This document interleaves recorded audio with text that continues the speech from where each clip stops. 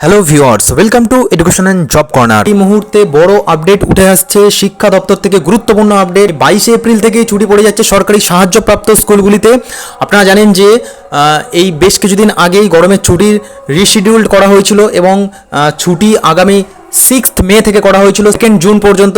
তারপরেই কিন্তু অতিরিক্ত গরমের জন্য এই সিদ্ধান্ত নিচ্ছে স্কুল শিক্ষা দপ্তর এবং খুব শীঘ্রই এ বিষয়ে কিন্তু নোটিফিকেশন আসতে চলেছে। জানা যাচ্ছে যে রাজ্যের বিভিন্ন শিক্ষা মহলের আর্জিতে সাড়া দিচ্ছে পশ্চিমবঙ্গ সরকার। সূত্রের খবর, তীব্র তাপপ্রবাহের জেরে বাংলার সব সরকারি স্কুলে গরমের ছুটি এগিয়ে আনা হচ্ছে।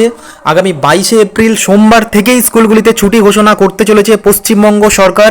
রাজ্যের সব বেসরকারি স্কুলগুলিতেও গরমের ছুটি এগিয়ে আনার জন্য সরকারের তরফে আবেদন করা হয়েছে বলে খবর। ভিউয়ার্স, একটা কথা পরিষ্কার বোঝা যাচ্ছে যে এই যে তীব্র তাপপ্রবাহ শুরু হয়েছে এবং এর তাপমাত্রা উত্তরোত্তর আরও বাড়তে চলেছে, তো ছাত্রছাত্রীদের কথা মাথায় রেখে এবার স্কুল শিক্ষা দপ্তর আগামী 22 এপ্রিল থেকে ছুটি ঘোষণা করতে চলেছে। খুব শীঘ্রই অফিসিয়াল নোটিফিকেশন আসতে চলেছে স্কুল শিক্ষা দপ্তরের তরফ থেকে। নোটিফিকেশন আসা মাত্র আমি অতি অবশ্যই আপনাদেরকে শেয়ার করব। ধন্যবাদ।